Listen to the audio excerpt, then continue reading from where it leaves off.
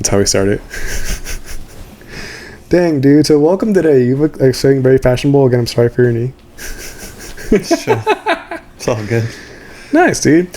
So to start off, like I always tell my guests, we have you share your name, nickname, or whatever you want to be referred to as. My name, Jordan Brown. You can just call me Jordan. Some people call me Jay, I guess. Yeah. So, Jordan Brown. Nice, dude. The Brown name, has that... I feel like it's like one of those like very strong... Is it English? Mm-hmm. Strong English names that you hear like when you're reading like history books, like the Brown family and stuff like that. Does your family have like a strong like history with like that name, or is it you're not too aware of it? Yeah, so my mom's side is actually the Greens, and my mom and my dad is the Browns. And Okay. So, which is kind of funny. But a lot of lineage back to the old country, I guess. My mom's line goes out all the way back to like Saxony. So super old. But yeah, a lot of it is a lot of English, and then a lot of some French, and then Scottish. Okay. And then everybody immigrated here. My mom's line were pioneers, so Mormon pioneers, and they came across, and then that's kind of how we all got to this side of the coast. What about your dad? My dad comes from like farmers, so he, a lot of his stuff and family were in Missouri, and then they like basically when my dad was born, they would road trip to like LA and back, and then they eventually moved to San Fernando Valley. But yeah, a lot. Their kind of heritage ties back to English, Scottish. We have like one cousin that's Irish, kind of thing. Like we have a whole ancestry thing. So, but yeah, mostly English and Scottish. Sick.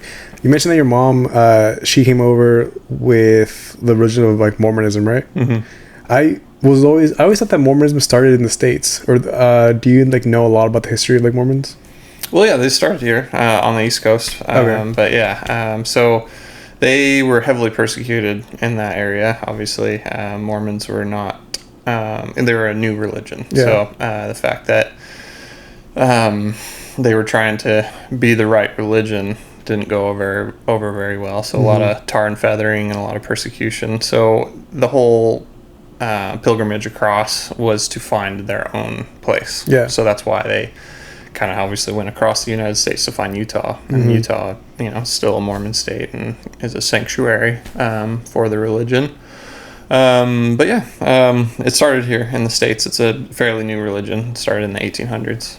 Yeah, one of my coworkers, he shared that he grew up Mormon, and I was always interested to learn more about them because I don't really know a lot about other religions. Yeah. And in my brief research, I found that they were originally like in like the Ohio area, and then they were being preached here, like you were saying, and they moved over to Utah, and I actually found out that they have a very strong community in Mexico. And I had no idea, because obviously when they moved over to Utah was still technically part of Mexico, and then when the U.S. took over that part of the region, they moved down with the rest of Mexico as well. Yeah. By now, I mean, Mormons are everywhere. Yeah. It's a huge religion now, and obviously with missionary work and spreading the word, they're in most places. So they pride themselves on the temples and community, and that was kind of a big part of being in the religion was, if you travel somewhere, you could always go to church and feel like you have a community and meet people and network there.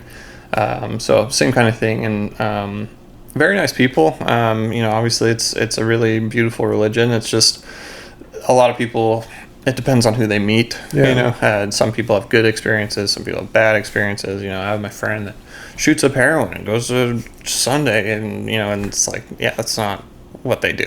So it's like with anything, Catholics have the same thing. It's like it's just everybody has the same thing, but their religion to the core is pretty pure. They really believe in a really pure belief system of no caffeine and no premarital sex, and keeping yourself pure for your partner eventually, and being married in a temple, and having sacred covenants between you and your partner. And it's really beautiful. You really lose that in modern society these days. I feel like it's hard to find people that really stand for anything anymore, and so people that really believe in something like that, like, won't drink coffee. It's like, it's weird, but it's like, good for you, man, whatever. Or guys that don't drink alcohol or don't smoke or whatever. It's cool for somebody to believe in something that much and really, it's not really right or wrong, or it's something to stand for, right? And I think that's what's really cool, and I think that was a big part of growing up in the religion was, you just understand you're different from other people, and that you believe something else, and that people are going to either like it or they're not. And so I always got a lot of persecution being Mormon. It's just people always have their own kind of ideas of what it means to be Mormon, and they're trying to force it on you. It's like, oh, this is what you can't do, or this is what you can believe, or whatever. And most of the time they have no idea. So it's just, they kind of have a perception from their pastor that pressed it on them in a Christian meeting or something like that they didn't. They don't necessarily know the religion inside out, but Mormons are Christians. They believe in Jesus Christ, and they just believe in multiple, believing in Jesus Christ, Heavenly Father, and the Spirit as separate entities rather than one entity. Gotcha. Yeah. Okay. No, I know that you grew up Mormon as well. Yeah. Okay, cool. Yeah. I'm the youngest of 4. Do you have like a favorite memory of like what of an experience being in the community of like, were there certain like things that you would do like with your religion that you don't do as often that you kind of miss, or anything that like stands out when you think of like, oh, like, this is what I did as a kid growing up being Mormon? Very family oriented. The whole religion is super family oriented. So that was something that I was just talking with my girlfriend Amanda about, is that like I think it's important, especially if you're raised in a family. I think it's good to have family days, and I don't think it needs to be tied to religion, or whatever, but I think it's very important to do that with your family. It's like, oh no, we're not going to watch TV, or we're not going to, go out and eat dinner or whatever. It's like, no, we're going to just like either go to, the service, or, maybe stay home or whatever it is, but invest in the family unit and like be together and play games or do whatever it is.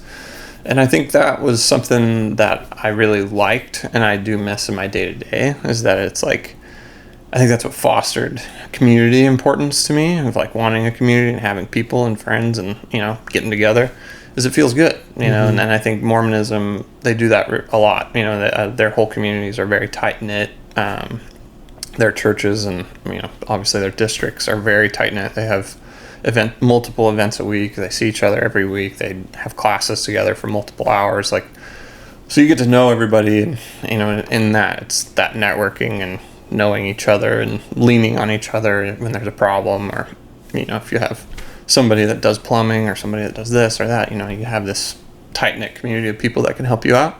So I think that's, something I miss is it's just really, and I guess something to hope for in the future is just kind of focusing on that, in the future, is once you have a family or you have your spouse, and it's just kind of dedicating days to like unplugging and just like going low frequency and just like what it's about, Was there a favorite memory for your family day where like you think of like, oh, like this specific family day was a very like just cherished memory of mine?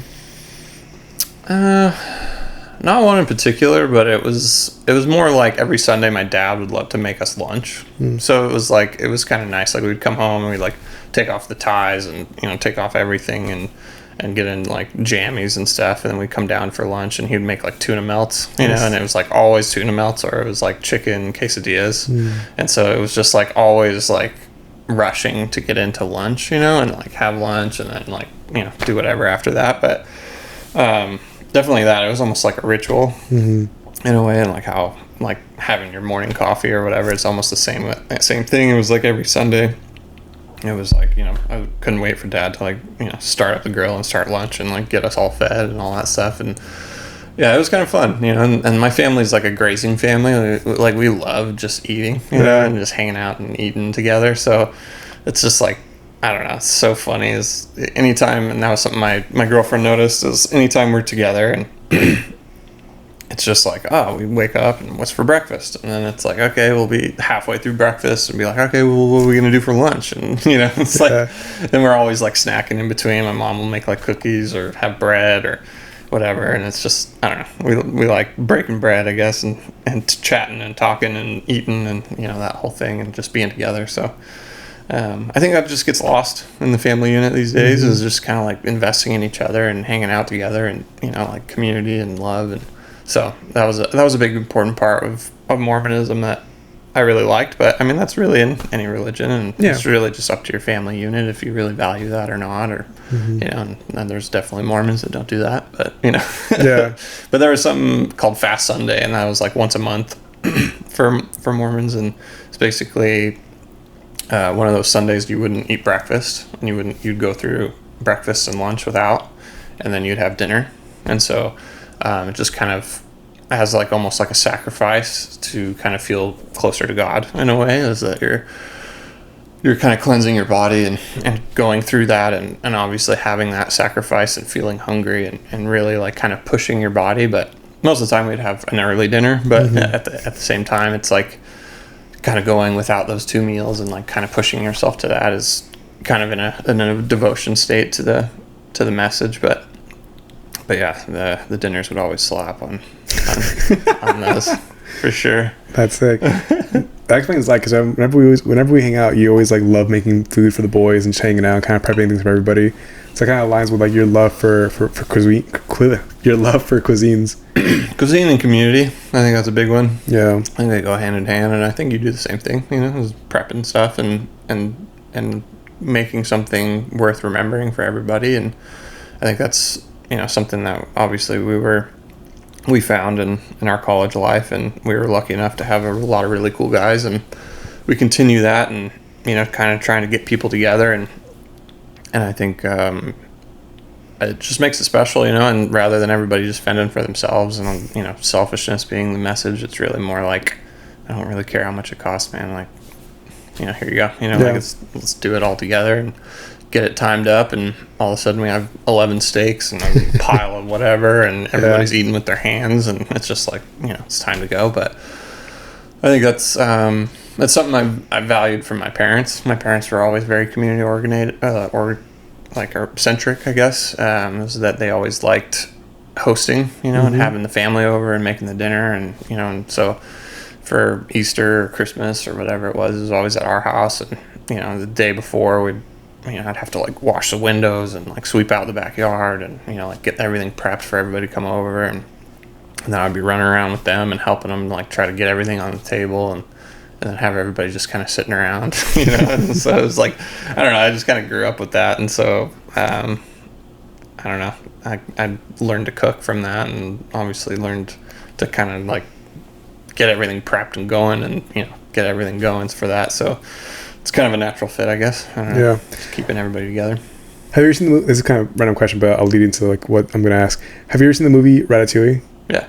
Do you remember that scene where they take a bite into that meal and they have like a flashback to their childhood? Yeah. Is there a meal that you had or that you want to have that you remember like just having as a kid and like, dang, like that was one of the most delicious meals, or even just like a memorable meal that you want to have or have had recently? Like for me, for example, one of my buddies, he made tinga, which is like, it's chicken that's marinated in like a red tomato sauce. I took a bite out of it and I just went flashback, and I was like sitting in my mom's kitchen like eating dinner with my sisters. Yeah. I don't know. For me, I feel like that's like steak and potatoes, as silly as it sounds. Is like my dad really loved steaks. My mom always made like potato dishes, like quarter potatoes, like red quarter potatoes, rosemary and stuff, and then she would make this like Chinese chicken salad, which is really nice, and it's really hard to find that salad, so like anytime I have that, when she makes it, most of the time obviously it's like I don't really find it anywhere else. I mean, but most of the time, like if it's like a good steak and potato dish, it kind of flashes me back to that, because it's like it reminds me of like Sundays. It's like we would like to obviously have steaks and potatoes on Sundays, and have like good family dinner for Sundays, definitely. And so yeah, as silly as it sounds of how basic steak and potatoes is, it's like a really nicely done steak, like marinated steak, and obviously like medium rare, and then having some quarter potatoes or whatever. It's just like kind of brings me back to that, and I think that strong of a meal or that strong of a palate really kind of echoes in that metaphor of like I don't know, keeping it together. Yeah. That's a great combo. Can't go wrong with sick potatoes. Yeah. For your parents, I know you mentioned that they both kind of came from different parts of, like, do they immigrate to the States and come through, like, Ellis Island, or how they come to the States? Or are they from the States, actually? My parents are from the States. It's their heritage, and we're, I think, third or fourth generation Americans. But they both have had family come across, and then obviously come across to the West Coast, but that was a long time ago. My dad, traditionally, a lot of his family's still on the East Coast, and like Lake Michigan area, Chicago, that kind of area. Some are in Colorado, some in San Diego, but then my mom, they were kind of in Utah for a while, and then they've kind of come down to California. And so, different backgrounds. My mom's family was Mormon, and so they weren't too active when my mom was younger, so they didn't really attend often. They did every once in a while, and her mom wasn't too much of a stickler, and her dad was kind of a nightmare. But her dad has an awesome story. He left home at like 13 and rode the rails, and basically eventually jumped off the train and like rented a little house as like a 14-year-old, and then started racing horses. When was this? As a jockey. Huh? When was this? Like, what year do you know? This was like the 40s. Jesus. Yeah. And so then he started racing horses, and then he started breaking horses and like training horses, and then he got into like house painting and did some other odd jobs after that. But his story's insane. But like, both my family, both sides have some pretty cool stories as a part of their history. But his is pretty cool. He was in the Korean War, and then he lived in Utah for a long time, and he was just an old traditional, I don't know, hard-headed rancher Utah guy. He had the accent, he had everything. He would just kind of sit in the corner of the room with his hand on his hip. And he was an interesting character. But my mom, I mean, could have turned out so much worse having a dad, that was kind of a alcoholic hardhead like him. But she's a saint, so it's pretty interesting. But both their sides of the family, they had been here for a while, definitely came across. But my dad was raised Catholic, Protestant, fraternities, and then my mom was raised Mormon, kinda. So then when they met, she wasn't really that active. My dad was in medical sales. My dad and my mom was a nurse, and so then she would see him come in and pitch the doctors and stuff, and then he took out their team to lunch or whatever, and then basically started hitting on her. And then they decided they wanted to do it. And then my dad didn't like Mormonism, didn't see that as an option, because they wanted to have kids in a religion and have like a family unit. So they shopped around, went to Catholicism, Protestants, and born again Christians, and my mom was kind of pushing to go try Mormonism, and then they went there, and then they met some of the guys in that, they call them wards, which are like one building that you would attend, or that kind of local building in that area. He met some active guys that like playing tennis and golf, and so I kind of like started hanging out with him. But the missionaries would like come over and try to like teach him the gospel and see if he wanted to convert, but he would just be sitting there with like a cigarette and a scotch and like laughing at him kind of thing. And like my dad used to smoke like 2 packs a day, and he was just an alcoholic animal. But and then he just quit cold turkey and was like, sure. Just like that. Yeah. Damn. And then he got baptized, and when they started having kids and everything, everybody was raised Mormon, and now he's a white shirt, tie wearing Mormon. Yeah, he's never drank or smoked since then. Your mom wore him down. Yeah, I think he saw the dream. He saw the idea of having kids and having a family unit and not wanting to be selfish anymore. But I don't know. That's just how it goes. With anybody, you kind of hit that point. So you'd start that your dad wasn't they just met by accident by his work. Yeah, and they had both been married before with no kids. Okay, which is crazy. So especially at that time. I mean, obviously that's early 80s. They met here in SoCal, 70s. right? Huh? They met in SoCal? They did, yeah, in LA. My mom lived in like Stanton area, and then that was kind of his territory. And he had built his own business. He went to school. He went to UC Santa Barbara from 68 to 71, which is a crazy time to be going to school. So that's right during the Vietnam War, and he has a lot of crazy stories from that. It's like that's right during the Vietnam War where everybody's been deployed, and then in a UC system, everybody's protesting that. And so during their time, they would have National Guard patrolling the whole university. And so when they'd have fraternity parties or something like that, they would have helicopters like come over the quad and like shine down lights and shut down the parties, and like because there's a harsh curfew, not being out late. And so then the students would take like piano wire, like steel piano wire, and they'd link it together and put it between the telephone poles. And so then there's a couple instances where the Jeeps of the National Guard would go through and it'd decapitate soldiers, like take off the whole top of the Jeeps. Holy. There was like a whole war. I mean, that was the hippie era fighting against like Vietnam War protests, on the UC system. So it was like he was right in the middle of that. So just a whole other world. But so he made it out of there, and he ended up building his own business doing like medical sales and doing like spinal implants and stuff, and kind of being a manufacturer's rep of the guys that are making the stuff and the guys that are putting it in your body, and just trying to get them to use those tools. So he was in the hospitals doing that, and he would take people out and go to lunches, and my mom was in the middle of that. So it's pretty crazy. Dude, there's so much in that, just that that whole conversation. I'm like, I have so many questions to ask about your dad being like obviously the fraternity, college, UC, like during like all that craziness. Like, holy cow! All right, we're gonna try to cover all that, but dang, there's a lot to unpack in my story, I guess. Yeah, even with your grandpa, with your mom's dad, like being a farmer in Utah. Like, I definitely want to go back to that real quick. So you come from a family of farmers, then, from your mom's side? Yeah. I mean, he was more of like he raced horses. That was the main thing. Like he was super small. Like I said, he was like 14 at the time, and he did that until he was like 18. And so that we had some old photos of him, like, obviously in the getup, like racing horses, and because he was small. But then as soon as he started kind of beefing up, he started training and breaking horses, like breaking wild horses. That's dangerous too. Yeah. So then my mom still has horses to this day, and that was a big part of our growing up, is she's always had horses. So I've been around horses my whole life. I have stories from that too. It's just it's like that was my first job. It was like I was a manager of a stable. So really?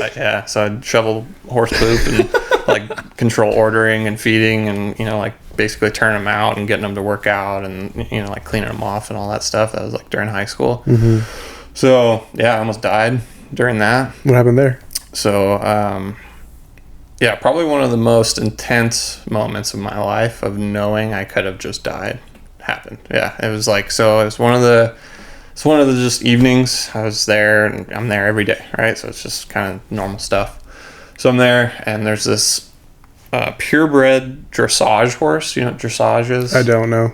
They're really tall, big horses that like do the dances. That like you can get them to sidestep. They do it to like music and stuff, but they're really expensive and really big. Okay, are they as big as the ones I see like at Disneyland pulling the? Those carts? Are Clydesdales and like draft horses, like the Budweiser horses. Yeah. Those are bigger. Those are like Knights horses, kind of a thing. You wouldn't want to put those into. They're like a little clunky. They're more like strong. Down from that. Okay, gotcha. Basically, so he looked like a moose. Like he was just really big body and really tall. So basically, to give you perspective, if I'm 6'5" and I'm standing next to him, his back is at my eye line. So that's not his head, right? Yeah. So his back and his butt is at my eye line. And he's really nice. He's really, mild-mannered. It's not like there's anything to really worry about. But I'm standing in a room that's about 12 by 10 with him. And it's like his stall and stuff. And, I'm just like touching his butt and trying to get the poop out from underneath him and scoop out the stalls and all that stuff. And the neighbor who's right next to us lights off a firework. And it explodes, like big firework, like a mortar. Bang, like explodes. And in that moment, he reacts obviously way faster than I can react. And luckily I had my hand on his butt, as you should when you're around a horse. It's just in case, you know. And he spun and like basically launched me into one of the corners of the stall and then just ran full speed around in a circle for like a minute, you know, just trying to get out of there, looking around, like no thoughts, just survival. And I had to just sit there like this while, you know, just running past buses, you know, a big bus was going, you know, missing my feet by a couple inches, you know, stomping me. And if I would have not done that or had that awareness of, you know, safety and all that and been on the ground, I would have died. I would have been trampled to death. And so I like kind of side slipped down the wall and opened the cage and like slid the door shut, and I sat outside and I just put my head down and I was like, I looked over at the neighbor and it's just kids, you know, doing whatever, right? It's not nothing you can be really that mad at, but it was like, yeah, that changed it for me. It was just scary, you know. It's just one of those things where it's like, it's literally, you know, and there are people that, you know, been in car crashes or whatever, it's like nothing you can see coming, you know, like most of the time it's just like, it just happens and you get away with it or you don't. And like, man, it was just one of those things where you're just like, thanks. I made it. Dude, that is, oh my God, I can't even like imagine like feeling that just survival, because you're working with this animal every day and you trust them, you love them. Correct. And then instantly just turn into like a wild beast. Correct. Yeah. I mean, that's why I understand any of those stories. I mean, those guys that work with bears or whatever, and they're like, oh yeah, I love this thing. And it's like, sure. I mean, yeah, until Wednesday, you know, or whatever day. And it's just, yeah, horses are just pretty simple though. It's just, that's one of those things with horses is you just never know. You know? Yeah. Like they can be, it's like, you know, obviously like sheriff's horses or whatever, they're pretty well dead inside. I don't know. They just stand there, you know, but it's like, and they're supposed to. But like, you just never know with other horses. I've had nightmares. I've seen a horse break its back. It's just, yeah, it was another one. It was just another scary moment where, you know, we were dressing this horse up, we were putting a saddle on its back, and it was, you know, it was kind of getting agitated, and we were like looking around and seeing if there's anything agitating it, and it was starting to fight us, and we kind of like just let go of the rope, because you're not supposed to like fight, you know, obviously you're just kind of let it do whatever it's going to do. And so it just like kind of started backing up, and it had the saddle on its back, which is bad, and it reared up, but its feet slipped out, and so then it fell backwards on the saddle and just popped his back and hit his head on the ground, and it was a nightmare. And it was honestly, I was in tears after, because it was like, it's just one of the saddest things to see. It's like this beautiful but simple creature that just has no idea, right? And it's just watching that happen, like that train wreck of a thing happen to that beautiful, strong, like awesome horse that I've ridden time after time, you know. And it's just like, for what, you know, like there's nothing moving, you know, like it seemed like it was just like, we don't know what happened, you know. And yeah, just nightmares in that world. So I got out of there. Damn, didn't want to be around horses anymore. Does your mom still is your mom still around horses a lot? Yeah, she has them. Yeah. Okay. They have a little ranch in Arizona. Okay. Yeah, so they have a couple horses, and like I'll still ride them, you know, and she'll try to get me on them and stuff, and it's fine, you know. I'll ride them. I still have the know-how. I still know how, and obviously I'm gonna do it. But is it one of those things where I'm trying to go out there and do it all the time, and you know, get my mom out there, and it's like, nah, man, like, you know, like my mom's like 70, and it's like, dude, like, what are you doing? These things are massive, you know. Like, but I've seen my mom take headers, you know, and it's like she's just that kind of gnarly Utah rancher, you know. She has that frame, and I've seen her go head over heels over the head of a horse, and like basically fell off of her neck down on like flat backed onto the ground, and had the horse like spook off of her and run off. And I'm like, you know, like you don't see that happen to your mom, you know, like it was insane. And so like I've seen all kinds of stuff like that, and it's just like, I don't know, it's just like playing with fire. It's like anything, you know, guys that race cars or whatever. It's just, yeah. But she likes doing that, and that came from her dad. Her dad broke horses, was around horses, so she was around horses, and she, at a time when they lived in Stanton, which is obviously kind of inland from LA, Mm-hmm. she would ride her horse from there to like Redondo and like ride down the beach. So Super casually. yeah, so I mean, in the 70s, you know, it's like she could just ride her horse to the beach and like go full gallop down the sand down in like, you know, Redondo area. And so she grew up doing that. But obviously when she had kids and stuff, it mellowed out. But once we were a little older, right back into it. She did, you know, she had horses and stuff. That's sick that she found her passion at a very young age and kept going with it and was able to kind of step away for a little bit. But dang, that's a hell of a passion though. Man, it's like anything. Yeah. Was your mom also like a big rancher? She's always had a green thumb, you know, for Okay. sure. I mean, when we were growing up, she always had gardens and stuff, and she would always be talking about the romaine and, you know, like, you know, iceberg lettuce she had, or, you know, potatoes she was growing and all this stuff. So we had all kinds of stuff in our backyard, and that was cool. We had a big avocado tree in our backyard, which was awesome. And then we had nectarines and lemons, and so we had all kinds of stuff. So she always loved growing stuff, and she would always love to be like, yeah, the salad we're eating came from the backyard, you know. So she loved that stuff, but never like real farm work. It was more my dad's side that were farmers from Missouri and stuff, and harsh farm work. But then they moved to LA to get away from that, you know. Yeah, That happens. That farm life is not for everybody. no. Yeah, Especially when it's like harsh, when you're like dealing with the weather, animals. Just it's a tough lifestyle for sure. for sure, especially in Missouri. It's, you know, it gets down to like 20 degrees and everything freezes, and you're trying to like revive everything and insulate your crops, and then you lose half of it, and then it's just nightmare. Farming is just under attack these days, and that's just tough. I don't know if you watch anything on farming or anything, you know, in Very the world, minimally. but it's just hard times. The government doesn't make it very easy to be a farmer. Yeah, no, definitely. I know that for sure. Like my family are a bunch of farmers from Mexico because my dad has always liked the reason why he left farming because he's like, I don't want to do this my whole life, and he came over here and found this. But yeah, you see all the crazy stories of like generational farms are being lost because they just can't afford to grow enough crops for the world or the general area, and they're just tough because you're competing against like big industries that are trying to be farmers. Correct.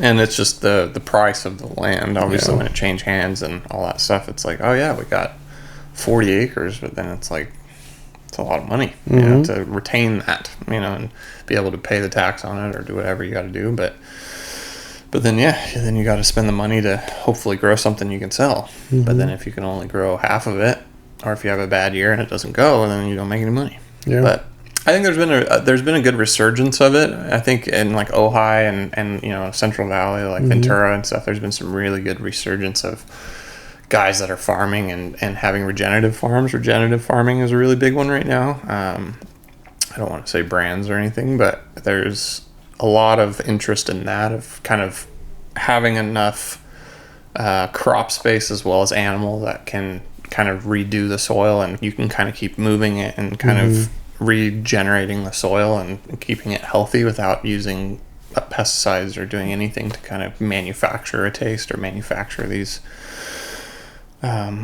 fruits and veg. But yeah, I don't know. I think we're getting there. I think it just really takes our generation or people to actually value that, you know, and I think we're getting there. I think people are starting to see that, of like the huge factory farms and these people that are, you know, just pumping stuff into the food system that you're like, you know, like, but I mean, obviously when we were young and everybody's chowing on like McDonald's and, you know, Carl's and, you know, and just being like, yeah, whatever's in there, it doesn't matter. It's cool. Just pump your body full of whatever. But I think people are starting to understand it now. Yeah, and even then when we were growing up, I feel like a lot of the fast food that we were eating was still fresh. Like it was like fresher than what we have today. Completely. Oh, for sure. Yeah, definitely changed. Yeah. But what about your dad? Like, I know we haven't talked about your dad's side of the family. My dad.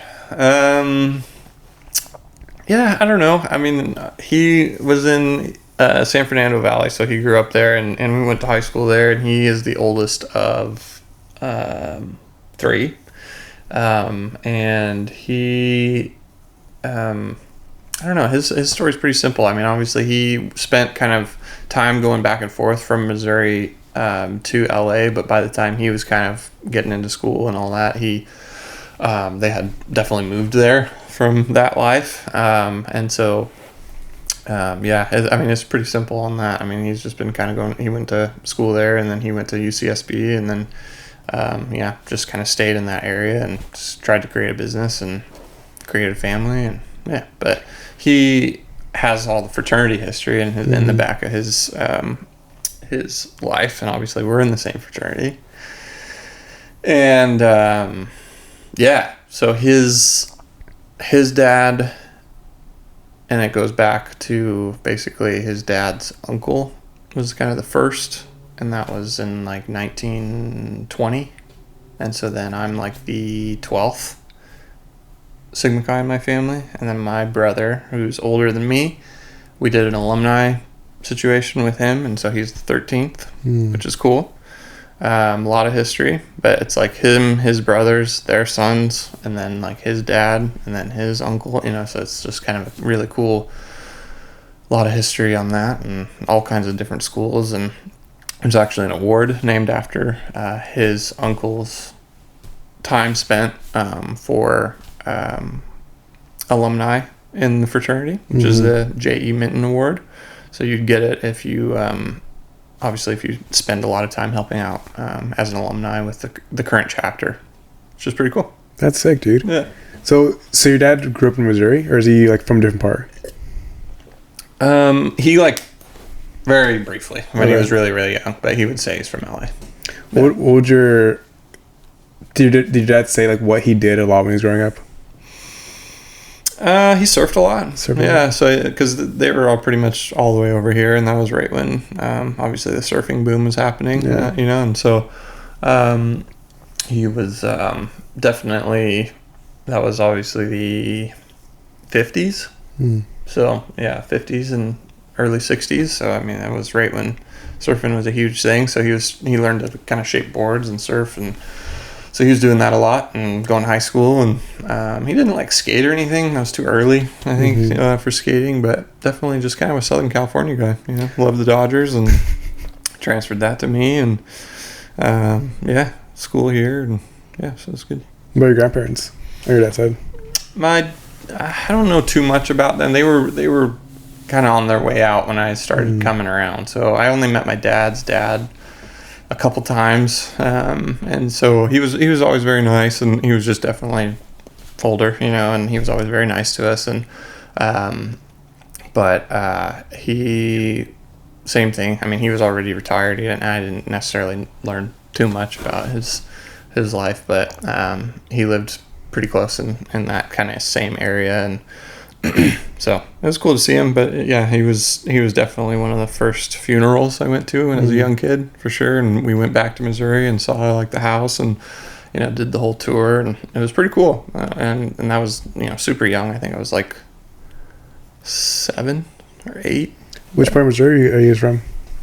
Not too sure. Okay. I couldn't tell you. It's too long. Yeah. It's definitely none of the big parts. Yeah. Really small town. Yeah. Nice, dude. That's sick.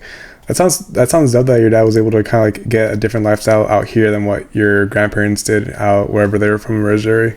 For sure. And I think that was the pressure being the oldest, and he wanted to perform and, forge away. And his mom was really hard on them. His mom she died early when they were starting into college and stuff, when all the boys started kind of getting into that age. And so it was hard, but she was a taskmaster, definitely very type A, and kind of drove that into him. And so it was very intense and very goal oriented and wanting to succeed and build. And so I don't know. So, but he has since mellowed out since then. But it was a very intense time with him. Sounds like growing up at that time, like time frame, like the 50s to the 80s, like you're experiencing so much as a young adult that's like it's really hard to really fathom. Like you're leaving a war and now you're entering a new generation of potentially going to a new war. But I know you mentioned that your dad was at UC's Santa Barbara. Was he ever almost drafted or anything like that because of the war?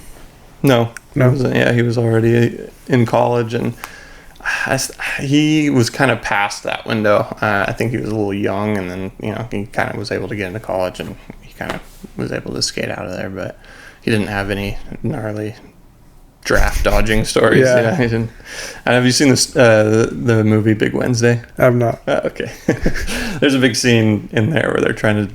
It's like that same time frame. They're all like surfers, and they're all trying to figure out how they can dodge the draft. Yeah. And Gary Busey's in that movie. Okay. And it's hilarious, dude. It is. It's worth a watch. I'll have to give it a If shot. anybody's out there, but Gary Busey's character is just insane in that movie, and as you would expect. What was his major when he was in college? He was doing biology, so he wanted to be a doctor. So then, he wanted to do all that, and then it turns out it's a lot of hard work to be a doctor.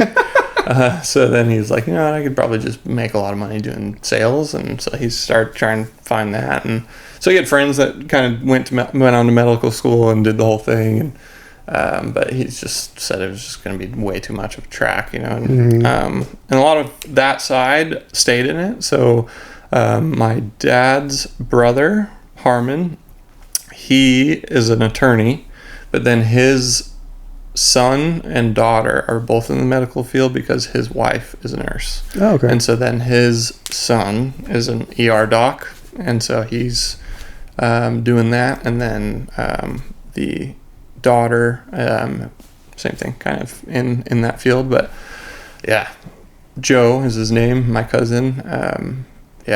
Crazy. He's just one of those guys that, and I think anybody has stories of medical people that are just different, and Joe is just, he's got stories on stories of just being different. It's just like, you worked 48 hours straight and then you drove here to be at my initiation, and they're like, like, all right, dude. Just built different. Just wired differently. Nice. It's like, just powered some coffee.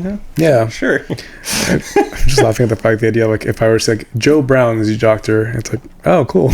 Yeah. Yep. Joe Brown. Yep. He's taller than me. He's like 6'6", 6'7". Is your family tall? Like, is your entire family tall? On that side for sure. Your dad's side? So my dad's youngest brother Harmon is 6'8", 6'9", and then his son, Joe, is like 6'7", or about same.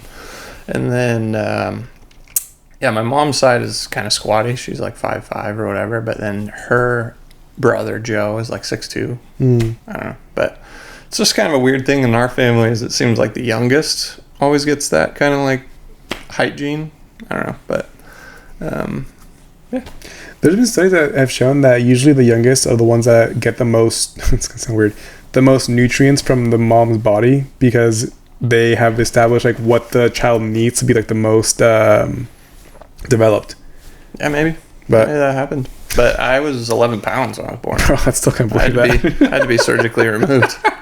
Your poor mother. There's no way I was coming out of there. Yeah, my poor mom. Hollow ground. So I was in there a little late. So they don't do that anymore. So for whatever reason, it went a little late. I think I was like a week and a half. And so, that's why I got so big. But when it came down to it, it was just like, he's not coming out of there. So we're going to pop him out. But, so, and then my mom had two, my oldest siblings. So my oldest brother, he's 13 years older than me. And then I have my sister, she's 10. And then they had two miscarriages in between. And they wanted to kind of try and have one more. So they had my brother. And then I came after that. Nice. So then there's kind of like a weird gap. So like my oldest brother, I didn't necessarily know him very well until recently. Yeah. And so, so I mean, it's just part of the gap, when you're 13 age difference. It's like by the time I'm 8, he was out on college. He served his mission in the Dominican Republic, so he served his mission out there for the Mormon Church, and so then from there he's just gone. He's the one that has his doctorate in theology. Yeah, so he has a double master's from Yale. So he went to Yale to his full track is going from OCC, and then he went to he went to Fullerton College, and then he went to BYU, and then he graduated with an anthropology degree, went on his mission to the Dominican Republic, came back, wanted to do further education, so then he went into the master's program at Yale, did a double master's, did one in forestry and one in divinity, and then he went to University of British Columbia for his doctorate and got it in environmental studies. And then I think I was telling you briefly about his whole thing, but in Mormonism, kind of ties back, if anybody knows, the main origin story is from Joseph Smith, who he goes into the sacred grove and he kneels and he has this whole vision that, obviously God and Jesus appear to him and talk to him about the religion and what they want him to do and all these things. And so that grove is the sacred grove. And so that's always something that he's loved, is forestry and kind of tying it with divinity. And so then when he was doing his doctorate, what he did is he drove around the U.S.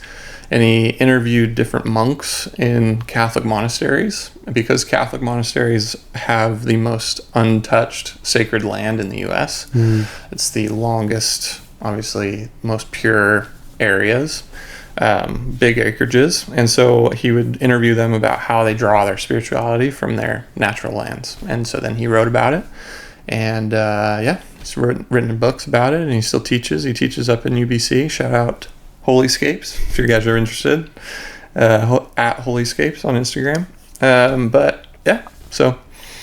He's a cool dude. I've only really found that out recently, forging a relationship with him. And I kind of only would see him once a year, coming back for Christmas or whatever. But obviously growing as an adult, you have the better understanding and better time and investing in that. But as a kid, I never really saw him or my sister. My sister, kind of, she was still kind of around, but it was mostly me and my brother, 4 years older than me. So we played in bands together. We were best friends. We lived together and all that stuff. So, did you ever ask your eldest siblings, your brother and sister, what it was like for them to see you as a baby? Like, you're now home. Like, all right, now we have a baby brother. It was weird for them, for sure. Yeah. My mom was really good at documenting our family, and so like there's just, obviously me running around being a silly like kid, and my brother's like wearing a Nirvana shirt and like, and like is completely a teenager, almost like 20 years old, right? And so it's like, it's definitely weird, and that's, I don't know, that's kind of, he was always really good to us because obviously he was the oldest, so he had all the kids underneath him, and he still is really good with kids, but it was definitely strange, just come home and you got these little kids running around and supposedly he's your brother, but yeah, I don't know. But he's been good, and I think he's trying to get back, instead of being so far away. But he definitely landed a pretty good teaching gig out in Canada, so it's hard for him to leave that. Yeah, come back as easily. But yeah. What about your sister? My sister lives in Arizona. She lives in Phoenix area, and she has a family out there. And she's kind of jumped around different areas of work, but she did like dental assisting for a little while. Then she's doing like coaching, life coaching and stuff. And then now she works for like a dental office that does like implants and stuff. And then mostly Brad, her husband, works, but then they have 2 kids. Nice. So then, they live out there next to my parents. My parents live out there. And then my brother that 4 years above me lives in Tucson. Okay, so everybody left me. Yeah. Right when I graduated college, dude, 2018, we all sat there and we're like, hey, Jordan, you did it. Graduated college. We're heading later. Before that heat, that summer heat. Everybody left. It's just weird. It was like the last point where everybody was in the same spot, and then just everybody bounced. Yeah. But it's like, whatever. My parents had to retire, and it's just different life out there, Everything's better for them over there. Yeah, it's just, less expensive. Yeah, that makes sense. Dang, I did want to ask, before I forget, I want to ask about your dad being in a fraternity, and at that point, what generation was he when he got initiated? Was he like 2nd, 4th, 5th? Third? Okay. Yeah. So yeah, I always like telling people that, I don't like telling people that, but the fact that you are 12th generation is a huge thing, especially in like fraternity life. And I'm the 12th. 12th. But like 4th generation. Yeah, so 12th individual before generation. That's still a huge thing. Like a lot of families, like you only hear about that like on TV shows and movies. Yeah, it's cool. When you were growing up, like did you like comprehend or do you like recognize like the importance that the Simkai fraternity had on your family? No, I had no idea. My dad was pretty secretive about the whole thing. And he only mentioned it a couple times, and really the only thing I saw from it was them doing the Sweetheart song at like weddings. You know, I was like, I don't know what that is. My uncles are just like hammered and like trying to sing it, and I was like, I don't know what this is, but just kind of was like a novelty thing. But then once I was that age, and I was, it kind of worked out because I went to Santiago, and then I was like, okay, well, I want to do a design degree, and I was like, well, I'm going to go to Long Beach, and then it was like, hey, they got a Sigma Chi chapter, and I was like, so? And he's like, well, it'd be kind of cool if and I was like, okay, like I just never really was going to do it. I mean, you can talk to any of the people that were there in the early days, like Noah or James or those guys, and I only really did it because I knew James and we played in bands together and we were around, and then Noah was cool, and he was from like San Francisco area, and he was into like smaller stuff and niche music, and I don't know, it was just like, oh, these guys aren't just like visor wearing alcoholics, it was like, like there's actually some substance culture here, but so and then it just kind of worked out, and I'm glad I did because man, I met some really cool dudes, really cool times living in the house and meeting some really awesome people, and really taking a chance, which obviously that's what they pitch you on when you do it. It's like, oh man, it's something you'll never understand, if you don't do it. And so I was like, but it's definitely it, I definitely did it and lived in the house and really tried to make the friends, and I made the friends, and then like met you, and obviously, and all the people. So it was very, very cool. But I had the history, and sure, but it's not like something that drove me to it, and it didn't really mean anything to me at that time. It was just like a funny thing my dad did, Yeah. But then, it was a crazy moment in pledgeship and learning all that stuff, obviously, and then feeling like, right place, right time. And then like I called him in tears one time, and I was just like, how come you didn't like make this a thing? Like, how come you didn't tell me? I just didn't want to like force it on you or make you want to do it or whatever, and which was very nice of him, but it was like very evident that I was like, holy like, well, you named me after a founder. And he's like, hey, don't tell your mother. That was the main thing. I was like, you named me after a founder and you didn't even tell me. Just like, don't tell your mother. Did you ever say why you named it after Jordan? I don't know. I think it was just kind of one of those things where it worked out. It was kind of a biblical name, but also tied in with Sigma Chi, and obviously religion, as we touched on, is a big one for him. But it was just was funny. It was just kind of as simple as that, and he didn't really touch on it too much after that. But I thought it was hilarious. But I was like, it was kind of in that. That's when I found out. I was like, looking around, and just like, what the? This is where I'm supposed to be, I guess. But, it was a weird one for sure. That's really funny how like your dad never mentioned any of that to you, and then you just kind of found your way there, and then that's kind of a honestly beautiful story that you were able to find it on your own. For sure. Yeah, I mean, in a way, he definitely nudged because I was going. It was time and place of like, oh, they do have a chapter. You should check it out. He CC'd Chad, an advisor, and like, definitely connected me, and I was just like, like, I don't know, man. Like, I don't know. He's like, oh, well, they're going to do like a volleyball night. You should go. You play volleyball. I remember when you got there, It's like, all right. But, so, and that was fun. I hadn't played volleyball in a while, so it was fun to play some sand, and then some guys actually played, and so it was like, oh, we had some good games, and I was like, all right. And then good conversation, some shitty pizza, and that's how we do it. That's how we do it. Have you ever had a chance to talk with any of your other like cousins or uncles that are also initiated brothers? About what? Just like just Sigma Chi in general, like. Oh, for sure. Yeah, I mean, I think that's any time we get together is just talking about like just old stories, parties and initiation things. And because my brothers, or not my brothers, my uncles obviously are in a whole different time, and it's like my dad, the stuff he had to do, and like obviously they went to different chapters, UC Davis, UCLA, and then UCSB. It was just like their stories of what they had to do for initiation is just like a whole other thing, and it's just like, so listening to that and them just telling those stories, you're just like, dude, it's just crazy. So I mean, but so that's more what it is, and it's really fun. But yeah, it's just fun to get together. I don't get to see them too much because obviously they're so far away. But funerals and weddings, get together. But yeah, I wish I saw them more. I think that's been a kind of a goal of mine passively in this last year for sure. But it just didn't really work out. But of just trying to like figure out if we can like get a meetup without it being a wedding or a funeral or something. But they're so far, far and few between. So it's hard to get everybody in one spot. But yeah, but it's always fun. It's just fun to hear the different generations. Like obviously my uncles, and then they have sons that are older than me, and then my generation obviously is our generation at Long Beach, and no hazing and that whole thing. And obviously being on campus again as a fresh chapter, it's just a whole other world of.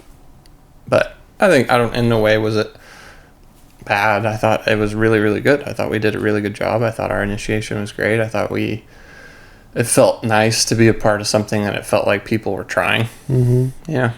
So I think some of the chapters now that I've been in it, obviously you've been in it, you just see people that aren't trying, or they're like, oh yeah, we just got the badge on and thumbs up, it's just like kind of sad, but it was cool to be a part of a chapter with like history of trying, and guys that were badass, and tried and really built something cool and brought it back, and that story of like where we were founded and kind of having the alumni behind us that were there, pre getting off campus, and then guys that brought it back on. And so it was like cool, different history to it, It was cool to be a part of it and meet those guys. And yeah, I don't know, it's just all kinds of different walks of life, obviously, as you're a starting chapter, and then you kind of get your feet, and then you're, so it's just all kinds of different things. But so they're always interested in my story, because obviously it's much different. And Long Beach is a very liberal school, so it's a much different environment than going to Ole Miss or something. It's just not the same fraternity experience, which is fine. Yeah, it's super funny. Yeah. Thanks. I know you mentioned that when we were living together that you're also a Boy Scout. Yeah, so I grew up. Sorry. Yeah, I grew up doing Boy Scouts, and then you have to reach the rank of Eagle Scout before you're 18, and so I did that, and it was really cool. A lot of help from my dad. Obviously, he kept me pretty focused on it, and all of his sons were Eagle Scouts, so I was kind of the last one to do it. That's sick. Yeah, that's kind of a flex. Your dad's saying all my boys are Eagle Scouts. I guess in this day, I mean, it seemed like it had more merit, back in the day. I agree. But most of the time, my experience telling people I'm an Eagle Scout, they just kind of laugh because they don't get it. Yeah, they're like, like, what does that mean? Or what? Like, you have to explain what it is. Yeah. So I think in the right crowd it lands and people understand, but in most of it, it's like, oh, you wore a outfit. It's like, sure, dude. But yeah, dude, did the whole thing. It was so fun, and that was a huge part of my upbringing and my brother's upbringings for sure. And I think that's a big reason my brother really loves divinity, and we all love the outdoors, and I love camping, I love backpacking, I love that because of the fact that I grew up doing it. I grew up doing really sketchy shit with a bunch of dudes that had no idea what they're doing, and that's kind of like part of it, and like sleepless nights of just like poorly planned outings, and I don't know, I think in the moment obviously that's terrible and it wasn't that fun, but after the fact you have that like trauma bonding with your friends, and we all went to school together too, but yeah, I mean we did one trip that we did like a 50-mile canoe trip. That was pretty insane. So yeah, I packed all of our clothes in and like canoed down the Colorado River and like camped in multiple spots. So that was cool. And then like we did like weeks like backpacking, and then we'd just do like little stuff here and there, and you know, go shooting or do whatever and do merit badges. But yeah, I mean, I think that stuff's super important, and I think, you know, it's hard to find something that would be worth doing that with, you know, my kids or whatever. And it's like, if whether that's on me to expose them to that, or whether I have to like try to find an organization. But it's like, man, it was so fun, you know. And it's because like, yeah, I mean, just being in those situations where you're driving and you're going and hiking, and you're, you know, it's super cold, or you're either prepared or you're not, or you're hungry, or you're, you know, and these wins and losses are drastic, you know, especially at that age. And you have leaders obviously that are there and helping you and trying to make up the, you know, the difference. But it's like, some of them were just, you know, tough to be, you know, like to really builds you, you know. And I think that's part of the reason why I'm not very like a very, I don't know, what would it be, like high maintenance person. It's like, I'm not a picky eater. I don't need like things to be perfect, because it's like, dude, you know, like the stuff I've done, really, you know, like I've woken up in the mud and like, you know, like heated up a slice of bacon and hiked 7 miles, you know, like it's just perspective, you know. So I don't know. I think that was a big one, is it gives you perspective on how bad it could be, or, you know, how other people live, or what you could do with your time, you know. And I think that's rare these days. You know, I don't know how many kids are really getting out there, getting in the dirt for weeks, and then like coming home to like a double and being like, dude, you know, like, like that was the main thing. Like we would always hit In and Out on the way home, because we were all just like starving. You know, I've been eating like cookies and eggs and like poorly cooked meal. You know, like it's just like camp food, right? But it's like you're just out there and you're exerting yourself, climbing, or, you know, camping, or you're cold or whatever. And it's just like, dude, just get me In and Out, you know? So that was always like a safety blanket for us, for sure. Get home, get back, and get like a 4x4 or something. But yeah. Is there a camping memory besides the one you mentioned about the Colorado River that stands out the most? I'm like, dang, like I can't believe it did that.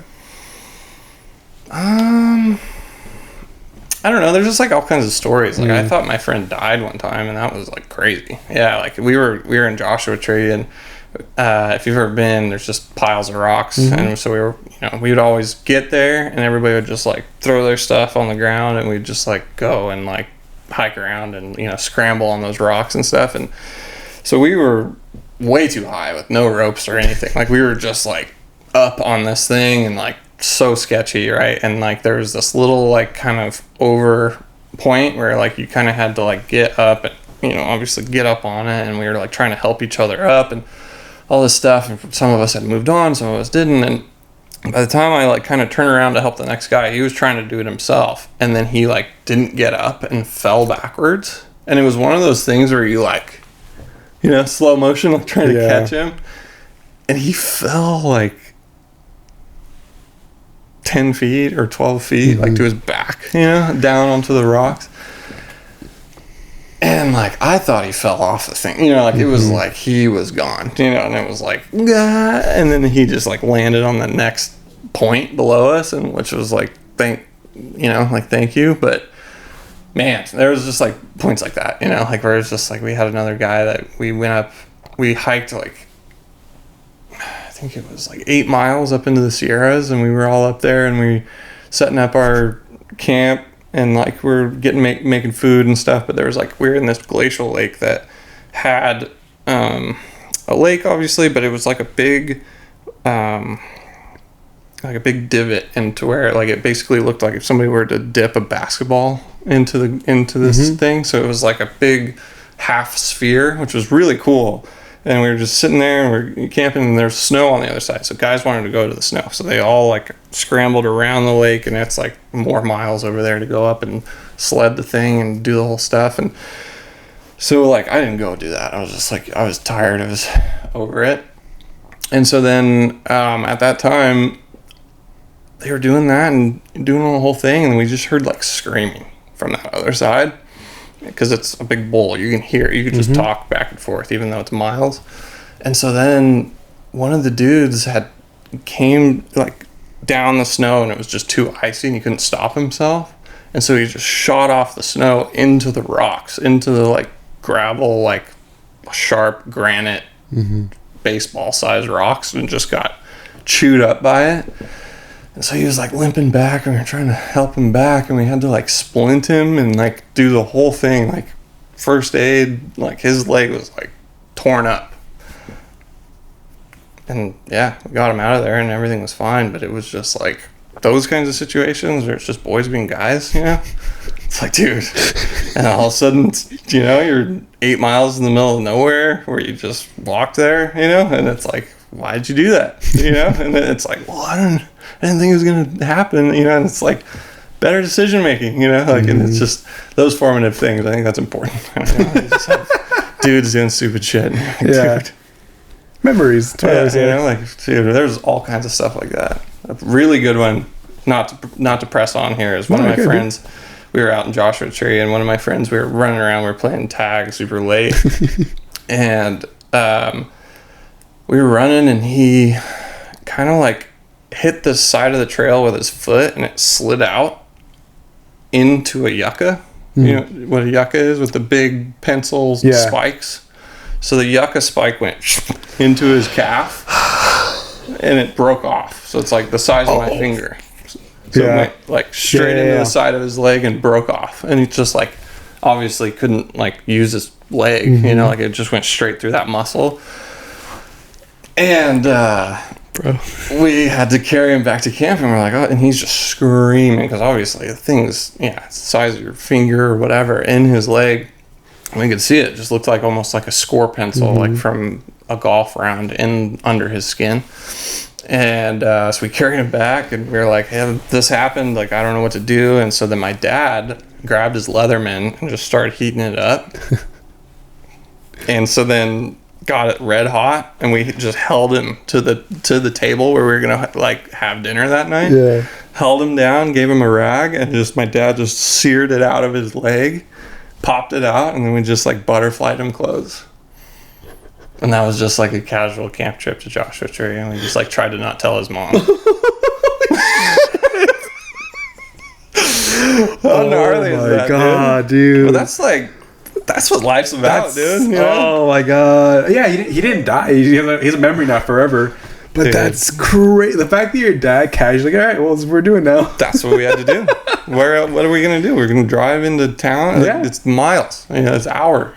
So, and he was screaming. And it was just like, all right, dude. And like, you know how traumatic, as like, I think I was probably 13, and I was holding my friend down while he was screaming and fighting me as my dad was cutting open his leg and performing surgery in the field. It's pretty nuts, dude. It was sad. It was like, it was just one of those things where it was like, dude, you need to like stop. But, like, this is gnarly. Like it was just like almost brings tears to your eyes. You're like, just like, dude. It just goes to show like how like strong the human body is to be able to just do that out in the wilderness and survive. Yeah, that's the Boy Scout. It just goes how like back in the day, it's how like things were. Like if you're in the forest and you're a pioneer traveling and things happen, like you gotta figure it out. Exactly. Yeah. And that's I think that's what kind of started my creative brain, is improvising. And like you're not gonna have everything. You gotta like find stuff. You're not gonna have tent stakes. It's like, okay, I just gotta find or whatever. And so it's like I was always very good at being resourceful and problem solving, just because of that. It's like, oh, we forgot this, and it's like, it's whatever, or whatever. And that was one of our merit badges, is like wilderness survival. Is you'd have to go out there and make your own shelter. So you got to find what it's going to be. Is it going to be on this rock, and you got to knock down some trees, and like how are you going to make it, right? And so we'd be out there for a couple days, and I don't know, stuff like that. So. Dang, dude, cool. I was just cracking up about all this. I'm just thinking of your poor friend, but do you still talk to him now?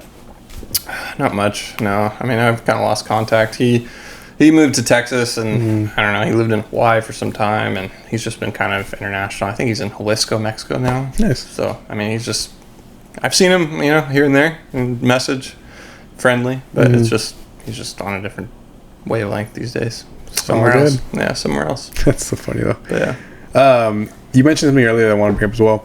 So, that you and your brother that's 4 years older than you guys were roommates for a good while, and that you were playing music together. How did you find your love for like playing music? My family has been pretty musical. Like my mom's mom and then her brother were musical. It kind of skipped my parents. So they could like play piano by ear and like hear music and figure it out. So I kind of had that interest, and I once I got into elementary school, I started playing violin.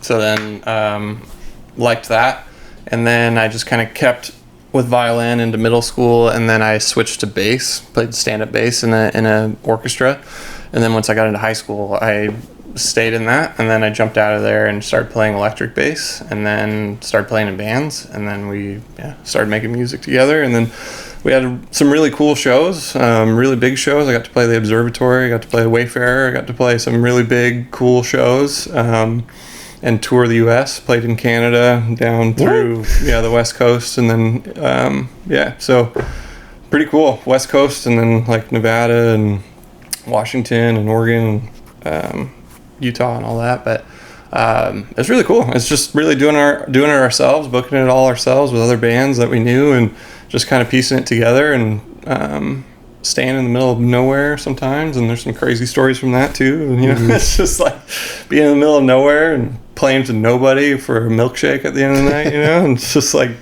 I don't know, same thing though, it's just like, it's just living life, and experience, and it was some of the most fun, it was just being out there and playing music, and no one cared, but it was fun, and some people did, people really liked it, and they would buy our merch, or they would follow us, and they'd come to our next shows, and and that's kind of, any musician understands that, like you never know if people are going to really like you or not, and but I don't know, it's just it's kind of part of it. It's like you either like it or you don't. I don't really care. And so What was your first band name?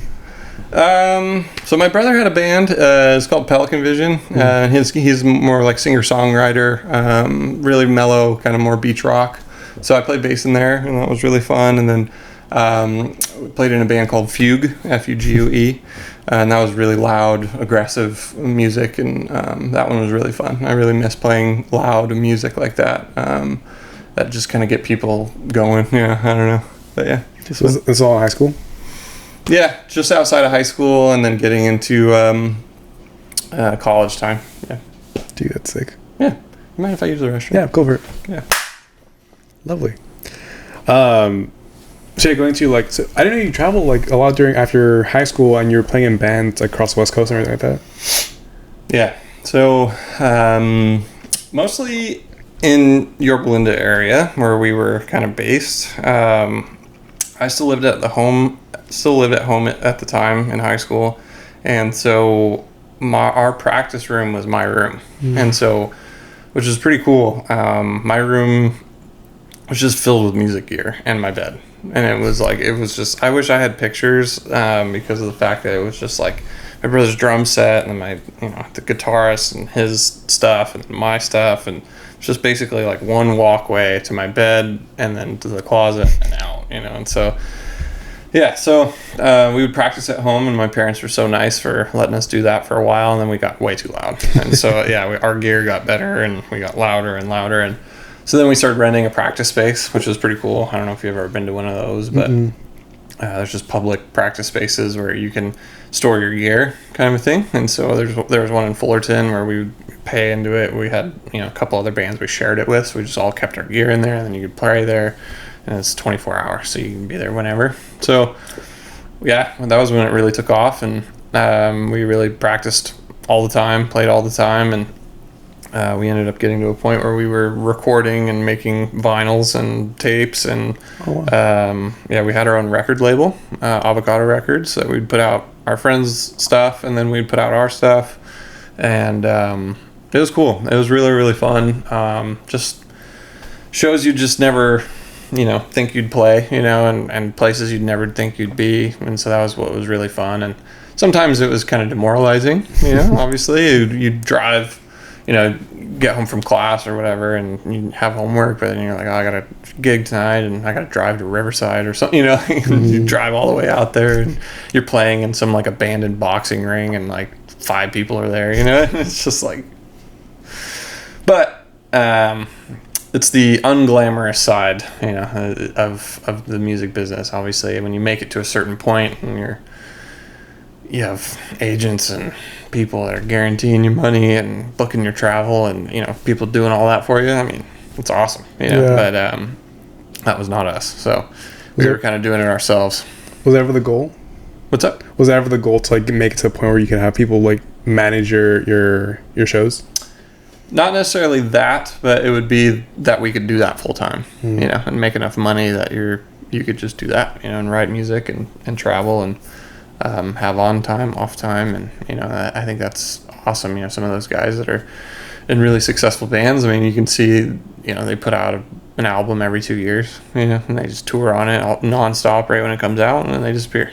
And then they come back, and then it's just like a cycle, and I think that's so cool, to be able to like plug in, plug out, plug in, plug out, and so that was kind of the goal for us. I mean, I think we liked how small and do it yourself it was, but I think we wanted to get it to that point where people liked us, and we were playing bigger shows, and we were getting paid to do it, and we could do it more, but it was more for the pride, it was more for. We were playing with hardcore bands. We were playing with guys that are, doing it themselves and like the music for the music rather than trying to make it, And so like that's always the problem, when you get into that sphere is like whether you're playing with a band that's trying to make it or if you're like playing for the music, right? Playing for the joy. Yeah, playing for what you care about and what you want to sound like and what not necessarily verses and choruses that are going to make it on a Target ad, That makes sense. Damn, that's so sick that you were able to perform at such a young age and that you've been able to continue that passion of playing music to this day. For sure. So a lot of people like, kind of what you're saying, like they start touring a little bit and they get demoralized and they just never touch a guitar or their instrument ever again after that. Yeah, and I think it's just too much of a fiber in me. Like I know that when I play my bass loud and like can just sit there and like just dink around, play, and like feel those frequencies go through my body. It's nothing like it, and it's like that's a really deep passion of mine. And when we were all out there for Yvonne's bachelor party, and I brought my fridge. Remember my big 8x10? That is a prime example of what it means to just play that shit loud. What I mean? I damn near shook the windows out of that place because of the fact that I could, like, because of that thing gets so loud. I brought it just, because he plays bass and, I figured he'd like it. But it's, I think it's the head and the cab itself, it's like all together, it's over 200 pounds, to lug around and wheel around. And so it's just a lot of gear to have, and for anybody watching or whatever, if you have a 8x10 or if you've seen those big heavy metal fridge looking cabinets on stage behind Metallica or whatever, those bands, and it's one of those. So it was, it was fun, but I sold it after that. Oh, really? Yeah. Oh, okay. It's just huge, dude. It's just, where am I putting that thing? And I had enough lugging it around. And funny story, our friend Kyle Nielsen, I lived with him for a while, and he actually, our apartment in Costa Mesa, one of the dudes down the street was having a garage sale, so then he had that out on the curb, and Kyle took a picture of that and sent it to me because Kyle plays bass too, and he's like, "Dude, look at this thing," and I was like, "I will buy that," and he's like, I don't know how much it is, but I just saw it on my way to work. Like, you should drop by, and so then I dropped by. The guy's like, I was like, how much you selling this thing for? Does it work? And he's like, oh yeah, it works. Like, my son plays it, and we've just been holding on to it forever. And we, same story, that you get rid of them, you just don't play them anymore. It's too loud. And I was like, well, how much are you trying to get rid of this thing for? He's like, $200. And I was like, it's like, what's your Venmo? And then basically Venmo'd him on the spot, and I just tipped it over and wheeled it down the sidewalk to our apartment. And then I like drug it up the stairs, like all the way up, and put it in my room and took a picture and sent it back to Kyle. He was like, no way.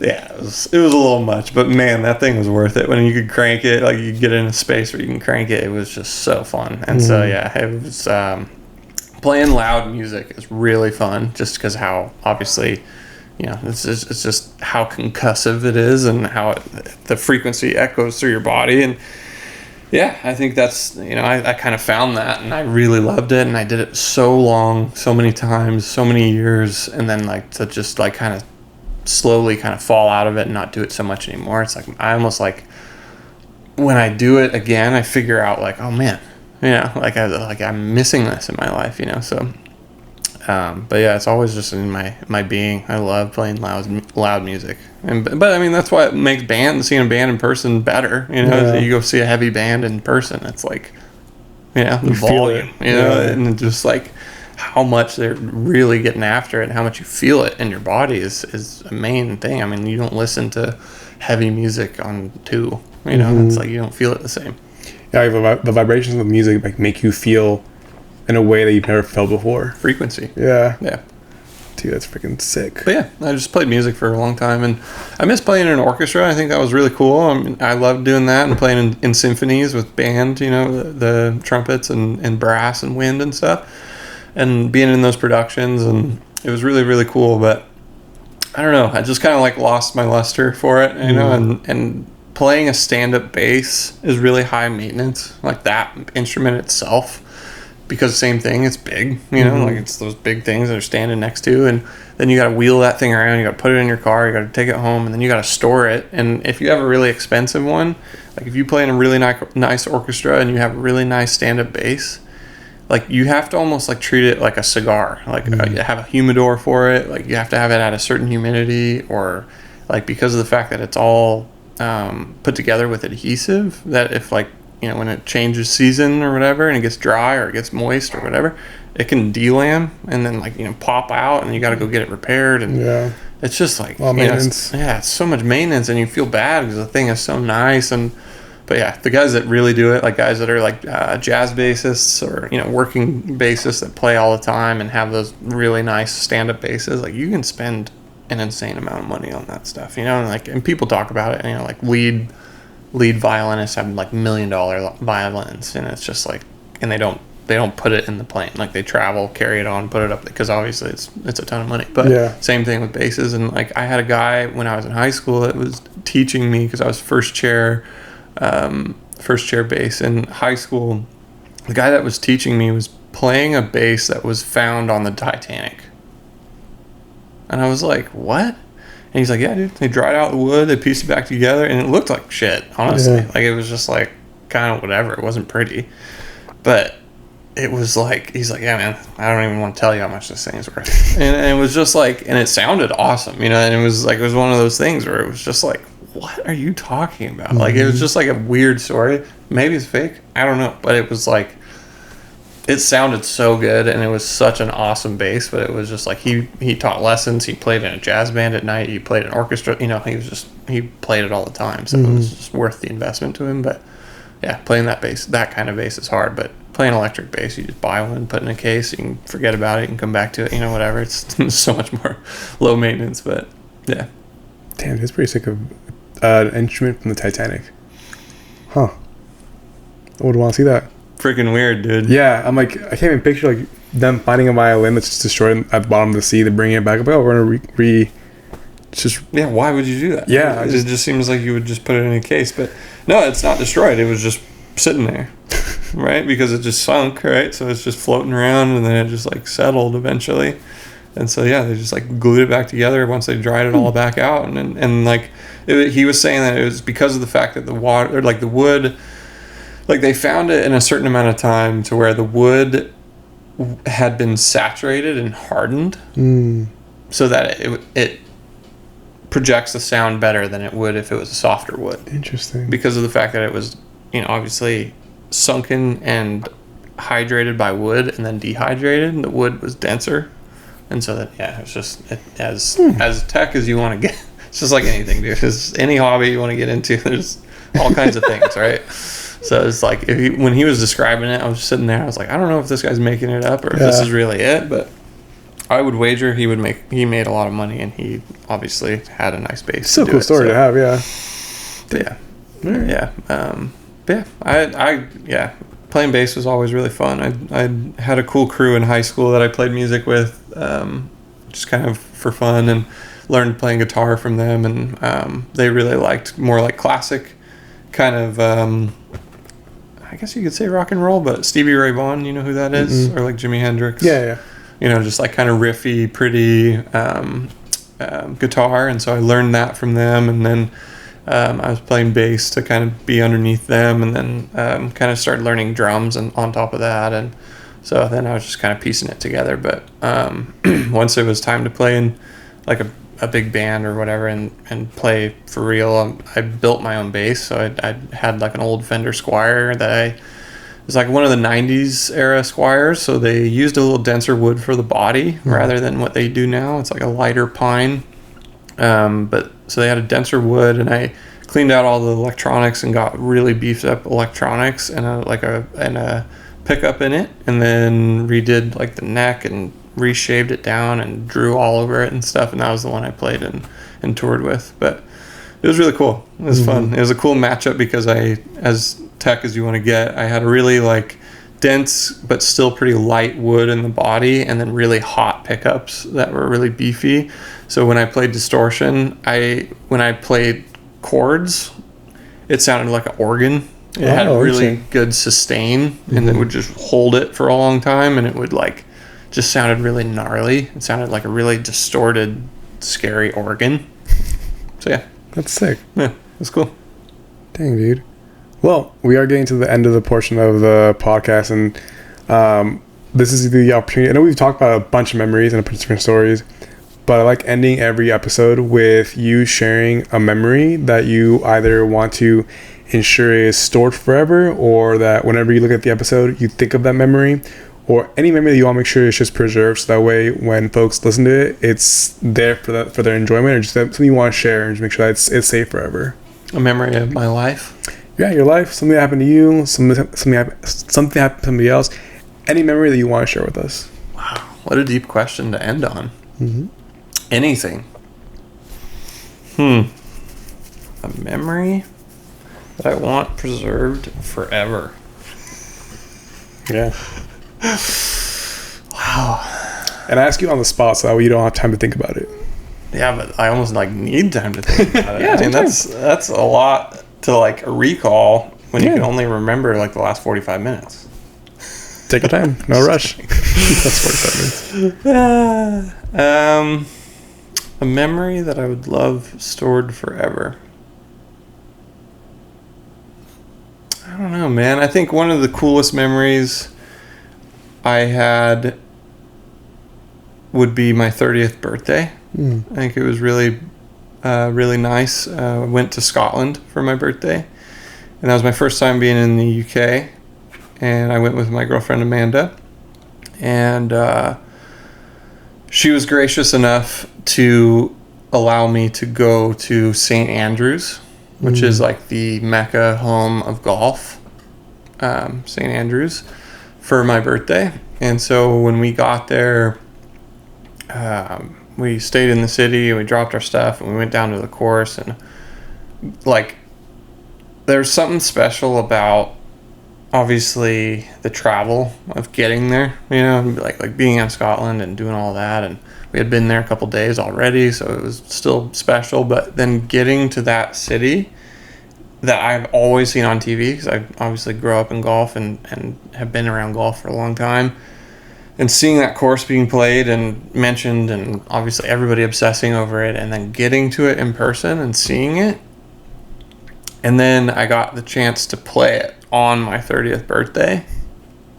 Was one of those right place, right time, beautiful situations where it's impossible to get on the course, especially the old course. And it just worked out that I had walked up at the right time and somebody didn't show up, and then I could just get on, and I rented a set and I went and played the course, and she came with me, and it was just like what I would feel like waking up after dying should feel like, where I was like walking these pure fairways in this like gorgeous setting of this beach town with this, you know, just perfect weather. Like I had so much fun. I didn't hit it in a bunker all day. I like played decently with these rental sets, you know, like, and then we ended the whole round, and it was like perfectly at sunset. Like everything was timed like perfectly. And it was one of those things where it was like, this is like a dawn of that new age of my 30s. and being in this place at this time in this hobby on this historical area was like as good as it gets. It was cool. It was powerful. I'm just picturing that in my head of you like just staying there, like watching the sunset. Like, it was one of those things where I was trying to absorb it every single shot. Every tee box I was on, every green I was on, I was playing with people. So if I would mark my ball, I would like look around and I would look at the ocean and I would look at the flags waving and I would look and I just took in the scenery the whole time.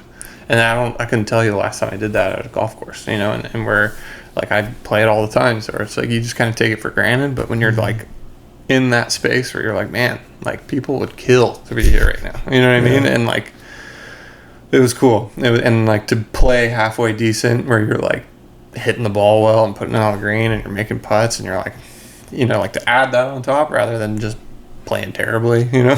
It's like, it was cool. And like ending it in perfect timing and like tying the bow, you know, it was cool. It was really, really, yeah, it's perfect.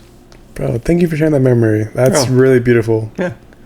Bro, well, thank you for that memory. I always tell my guests this will not be the last time you're on here, so if you ever have a memory you want to share next time, please have it with you. But thank you for being my guest. You're an amazing storyteller. Thanks. Big fan of your stories. Thanks, dude. With that, thanks for having me. Of course, till next time. Yeah.